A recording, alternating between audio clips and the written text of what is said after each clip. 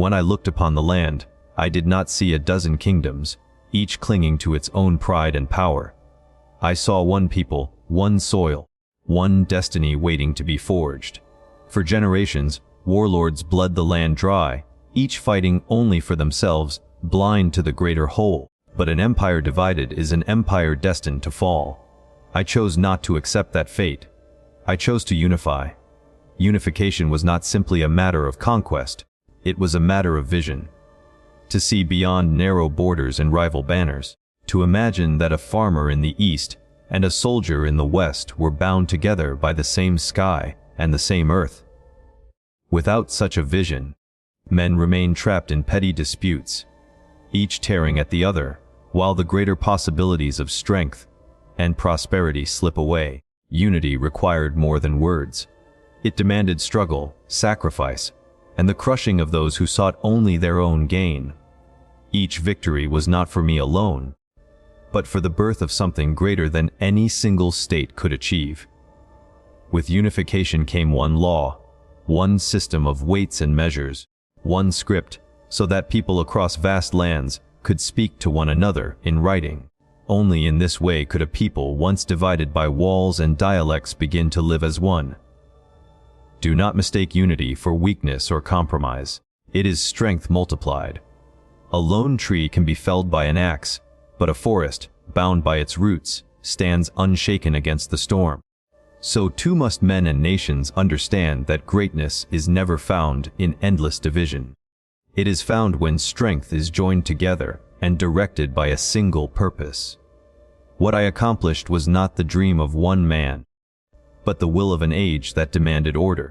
It was the choice to lift countless people from endless war and bind them into a future that none could have imagined before. To see only your own borders is to live small. To see beyond them is to build eternal power. Unifying vision above all is the path to greatness. An empire is not built on dreams alone. Vision without discipline is nothing more than smoke carried by the wind.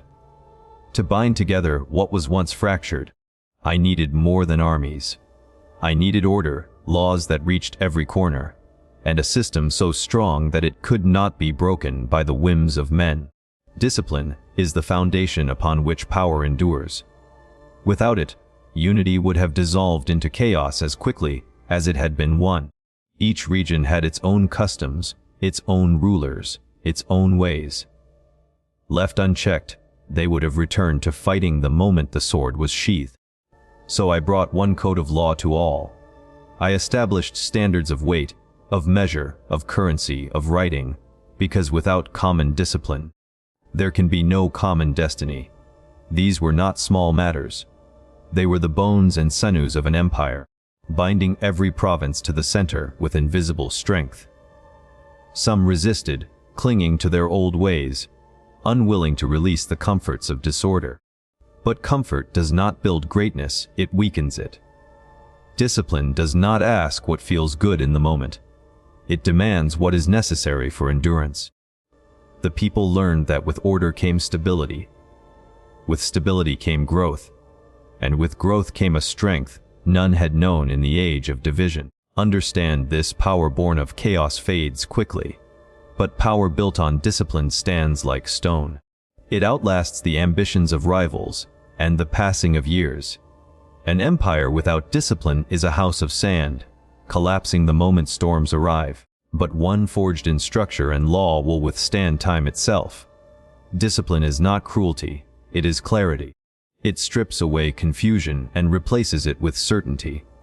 Every man knows the law, every region follows the same measure, every soldier marches to the same command. That is how millions of people, spread across vast lands, became one empire. It is easy to surrender to disorder. It is hard to impose discipline. But only through the hard path can greatness be built, and only through discipline can it endure. To rule as others had ruled before me was never enough. To accept the limits of tradition, to walk only on paths already walked, is to chain oneself to mediocrity. I sought to step where no ruler dared, to attempt what others called impossible. Boldness against the unknown is what drives an empire beyond survival into eternity. When the walls of rival kingdoms stood between us, I did not hesitate to tear them down and build one great wall to protect us all. No ruler had imagined such a vast barrier, yet it rose stone by stone because I willed it.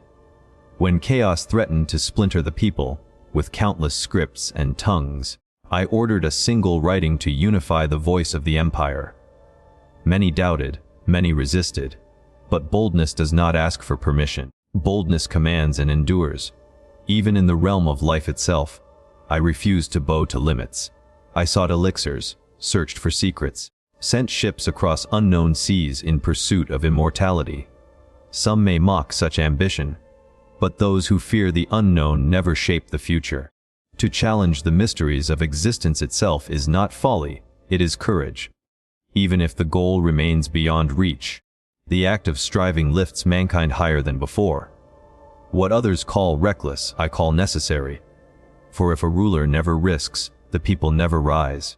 If a leader clings only to the safety of what is known, the land remains small, fragile, and stagnant. Boldness creates monuments that outlive generations.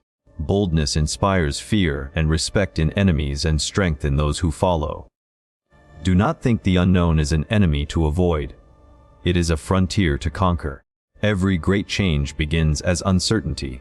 Every lasting legacy is born from the courage to face what others refuse to face. In daring to attempt the impossible, I carved my name into eternity. Boldness against the unknown is the path to immortality. Greatness is never given freely. It must be seized, and every act of power carries its weight. To unify the land, to forge one empire from many, I demanded loyalty, obedience, and sacrifice. The rewards were immense. Peace where there had been endless war, order where there had been chaos. But no empire is built without cost.